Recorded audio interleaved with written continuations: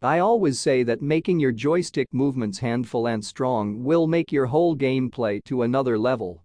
You can literally pass, shoot, intercept and block your opponent just by the help of your joystick movements.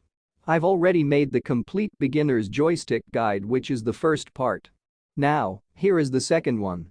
Let's learn how to make the joystick movements and actions enough strong so that, as a beginner, you can also play like a pro. Before starting the video, let me tell you that I focus on joystick the most because it is literally the most important part of the game. If a player is not good at joystick, then he probably cannot beat someone who focuses on joystick movements. So let's start. Point number 1. Make joystick habitable. There is a thing called mind-muscle memory. The harder you train your brain by learning same things, the better your movements will be in tough conditions. You need to practice in correct way. Let's go to training ground. Select attacking practice match, then give the ball to the player who has better ball control, dribbling and balance. Example: Messi, Neymar. Now, move your joystick without holding dash button and check how much area and time is necessary for him to move in 360 degree from left and right side. Then go to practice match, give the ball to him, and make solo dribbles and movements, only using the joystick without sprint. With this technique, you can easily learn how to move in tough tackles. Point number 2. Non-sprint movements. When you don't use dash button to accelerate the player's speed and only move with joystick, then that will be very hard to tackle for your opponents. Once you master solo ball control a little, you can easily perform effective pass and through balls using the technique.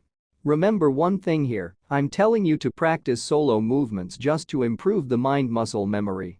So that, in some scenarios, when you cannot pass the ball, you can dribble through your opponents with it. And without sprint, it will be easy for your players to do good dribbling. Point number 3. Circular and diagonal moves. There are two main types of joystick movements. First is circular.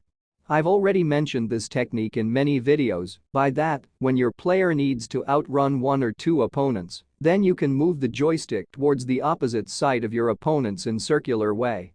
With that, you can make an unexpected movement to outrun those players. Then the second is diagonal. To move diagonally, you need to move your player's direction to the corners of the field.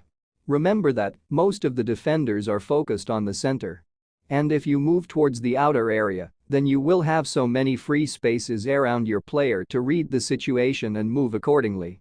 Both techniques are effective in their own way. And I hope I explained it clearly. Point number 4. Quick movements. The quick movements plays a vital role in solo ball controls. Higher ball control players can dribble quickly.